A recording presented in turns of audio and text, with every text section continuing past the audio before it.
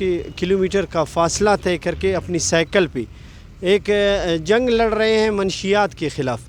मेरे सामने मौजूद हैं बलूचिस्तान नेशनल पार्टी के मरकज़ी रहनुमा नवाबज़ादा हाजी लश्करी रईसानी साहब। अस्सलाम वालेकुम सर। वालेकुम सलाम। नवाब साहब, आप कैसे देखते हैं इस नौजवान के अज़्म को? देखिए, पाकिस्तान को इस वक्त बहुत बड़े बड़े चैलेंजेस और बहरानों का सामना है।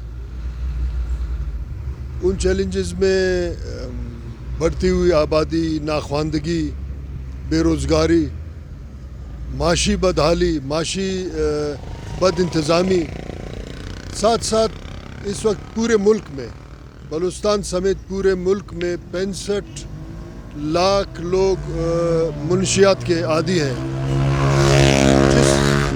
जिस मुल्क के करोड़ों की आबादी में आधा करोड़ से कुछ बढ़ के लोग अगर मुनशियात के आदी हों तो आप अंदाज़ा लगाएं कि पोलियो और एड्स और हेपेटाइटिस ये करोड़ों में चले जाते हैं।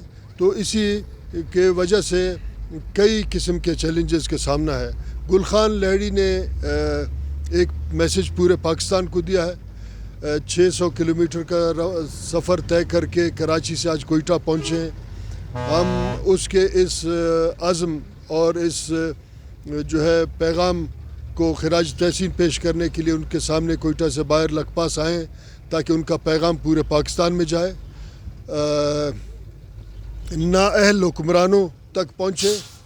और ये जो बीमारी है, ये जो लत है, ये जो एक चैलेंज और एक मर्ज़ है ड्रग्स का हमारी सोसाइटी में, ड्रग एडिक्ट्स बोझ है हमारी सोसाइटी में, कोई काम नहीं करते हैं, उनकी वजह से एक बहुत बड़ा चैलेंज है। उसको ख़त्म करने के लिए गुलखान लहड़ी ने जो एक बहुत बड़ा फ़ैसला किया है, कराची से आज 9 दिन के बाद कोयटा पहुँचे हैं, तो मैं समझता हूँ कि ये एक पैगाम है और हमको उनकी हौसला अफजाई करना चाहिए, उनकी आवाज़ में अपना आवाज़ मिलाना चाहिए। गुलखान लहड़ी साहब का ये इसको लॉन्ग मार्च कहें, जो भी आप समझें, उसको एक बहुत बड़ा इंशाल्लाह पेशरफ्त करेगा। हम सब उनके साथ हैं, हम सब उसकी आवाज़ में अपना आवाज़ मिलाएंगे। और मैं समझूंगा कि अगर रियासत को कुछ समझ आया कि इस ड्रग के लत को ख़त्म करने के लिए उसने कोई अमल किया तो हम सब के कामयाबी हो। नवाब साहब, एक नौजवान समी मेंगल को दर्दनाक तौर पर शहीद किया गया, तो ये मनशियात फरोश इतने ताकतवर हैं हुक्मरान उनके सामने बेबस हैं? देखिए, आप अगर गौर से देखें कि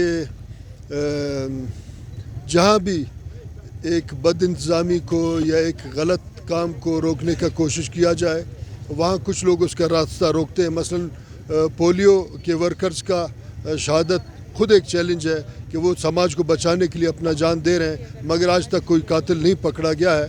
तो मैं समझता हूँ कि या बद इंतज़ामी है या रियासत के अंदर नाअहल बैठे हैं कि मुनशियात को एक तो रोक नहीं सकते हैं, फिर जो लोग मुनशियात को रोकने के लिए आवाज़ उठाते हैं उनको कत्ल किया जाता है और फिर कातिल भी नहीं पकड़े जाते हैं।